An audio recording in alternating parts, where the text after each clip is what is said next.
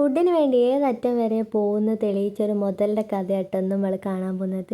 അങ്ങനെ നമ്മൾ സൗത്ത് ബീച്ചിൽ നിന്ന് നടന്ന് നമ്മളെ ഭാസ്കരേട്ടൻ്റെ സർവത്ത് കടേൻ്റെ ഇപ്പുറത്തുള്ള പീടികയിൽ നിന്ന് ബട്ടർ സ്കോച്ച് വാങ്ങി കുടിച്ച്.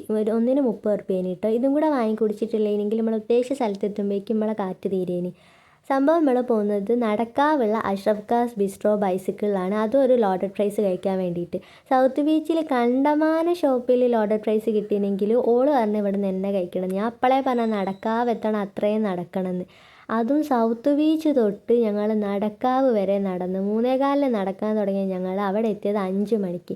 അവിടെ എത്തിയപ്പോൾ നല്ല ചൂടുള്ള സാധനം കേട്ടോ കിട്ടിയത്. അതിൻ്റെ കൂടെ ചൂട് ചായ. ഓൾറെഡി ഞങ്ങൾ നടന്ന് കുഴങ്ങിയിട്ടുണ്ടേനി, ടോട്ടലി ചൂടായിനി. അതുകൊണ്ട് തന്നെ ഞങ്ങൾ അത് പാർസലാക്കി വാങ്ങിച്ചിട്ടുണ്ടേനി. സംഭവം അവിടുന്ന് കഴിക്കുമ്പോൾ ഞങ്ങൾക്ക് അതിൻ്റെ ടേസ്റ്റൊന്നും അറിയുന്നില്ല എനിക്ക്, കാരണം അത്രയും എക്സോസ്റ്റഡ് ആയിനി അവിടെ എത്തുമ്പോൾ. ഇതേപോലെ സാഹസികത ഉള്ള ഫ്രണ്ട്സ് ഇങ്ങക്കുണ്ടോ?